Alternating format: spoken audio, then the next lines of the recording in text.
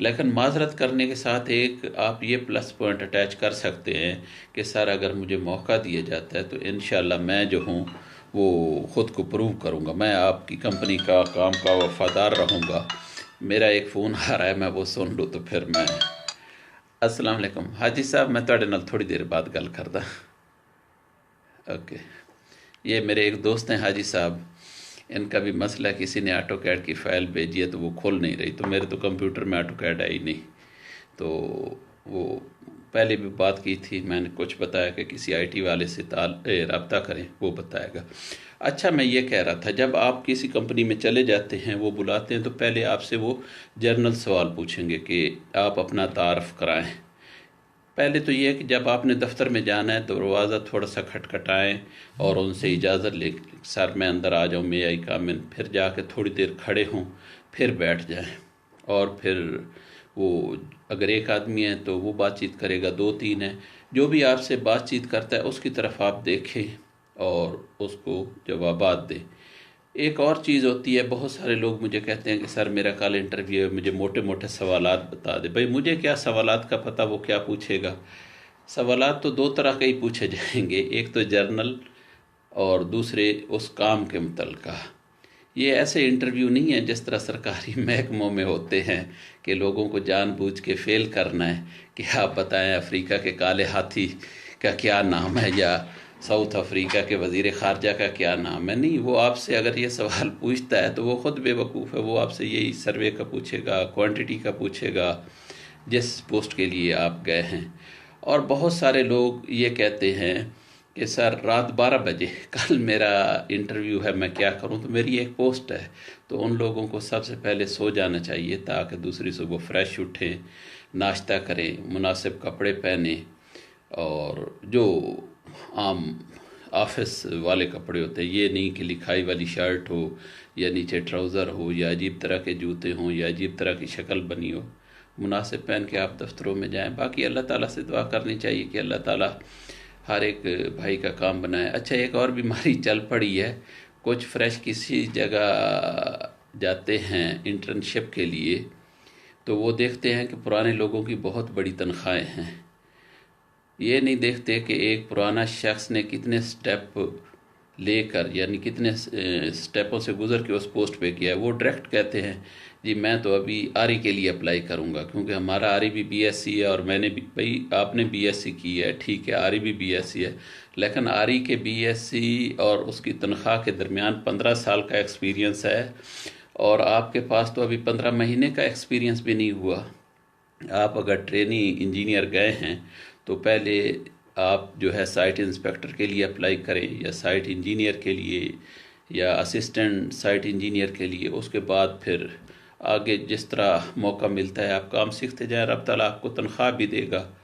اور پھر ایک اور بات ہے، بلا وجہ اگر آپ کسی جگہ مناسب سیٹ ہیں، آپ سمجھتے ہیں کہ میری تعلیم کے حساب سے یہ تنخواہ اور کام صحیح ہے، تو اس کو جاری رکھیں۔ بلا وجہ اپلائی نہیں کریں ہر طرف کہ آپ کو بہت جگہ سے انٹرویو کال آئے، آپ باقاعدہ انٹرویو دینے کے لیے جائیں، پیسے خرچ کریں اور ہر دفعہ فیل ہو کے آ جائیں۔ نہیں، جب آپ محسوس کریں کہ مجھے اس جاب کو چھوڑنا ہے اور میری تنخواہ کم ہے، میرا علم ایکسپیرینس زیادہ ہو گیا ہے، تو تب آپ کسی اور ملازمت کو تلاش کریں۔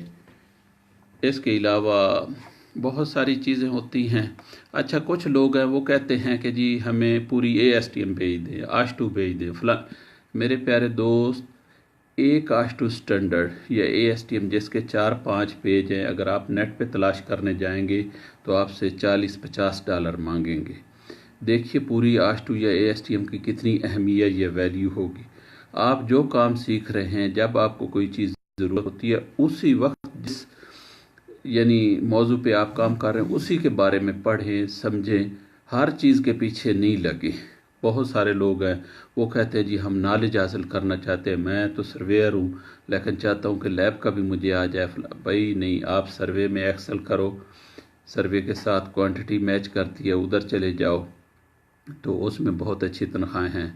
اسی طرح کچھ لیب والے ہیں وہ اور طرف جانا چاہتے ہیں، یا کوئی سائٹ انجینئر ہے وہ چاہتا ہے کہ میں ہر کام سیکھ جاؤں، بھئی ہر نہیں، آپ نے ڈگری لے لی یا ڈپلومہ تو ابھی ایک فیلڈ میں ایکسل کیجئے، وہی اچھا ہے۔ اور یہ میں نے گروپ بنایا ہے، اس میں آپ لوگوں سے پوچھ سکتے ہیں کوئی سوال، یا کوئی شخص انٹرویو دے کے آتا ہے تو اس سے پوچھئے کہ انہوں نے کیا سوال کیے۔ عموماً ایک سینئر جو ہے، میرا اپنا تجربہ ہے، اس کو 100 بندے انٹرویو دیں یا 10 دیں، اس کے پاس سینئر کے پاس 12 سے زیادہ سوالات نہیں ہوتے۔ 12 کا ایک فگر ہے نا مشہور ہمارے لوگوں میں۔ تو آپ لوگوں سے پوچھیں جو بھی اس سینئر کو انٹرویو دیا ہے کسی بھی محکمے میں، تو پھر ان کی تیاری کرتے رہیں۔ جب بھی آپ اس سینئر کے پاس جائیں گے تو انشاءاللہ آپ کو اس کے جوابات آتے ہوں گے۔ اور اس کام میں سب سے اہم چیز ہے بیسک سیکھنا۔ ابھی ایک شخص کہہ رہا تھا کہ کسی نے میرے سے سوال کیا ہے کہ 2.5 ٹن پر کیوبک میٹر ہے تو یہ فٹوں میں کتنا ہوگا۔ بھائی آپ میٹر کو فٹوں میں بدل لیں تو باقی وہ آ جائے گا جو بھی وزن ہے۔ تو یہ خود تھوڑی تھوڑی ریاضی کی پریکٹس کریں۔ بیسیکلی انجینئرنگ جو ہے اس کو عربی میں کہتے ہیں علم الہندسہ، یعنی ہندس و ریاضی کا علم۔ جو شخص اپنے نام کے ساتھ ENGN لگاتا ہے یا انجینئر اور اس کو بیسک ریاضی نہیں آتی تو وہ کوشش کرے کہ 6، 7، 8، 9، 10ویں کی ریاضی پڑھے یا کسی استاد سے سیکھے۔ اور پھر ہمارے لوگوں کو انگلش نہیں آتی، بدقسمتی بھی ہے، خوش قسمتی بھی ہے کہ ہمارے ملک میں انجینئرنگ کی زبان انگلش ہے ابھی تک۔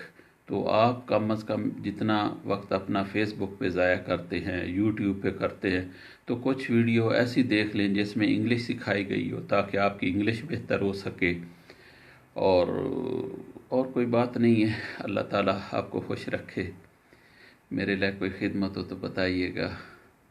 وعلیکم السلام ورحمۃ اللہ وبرکاتہ۔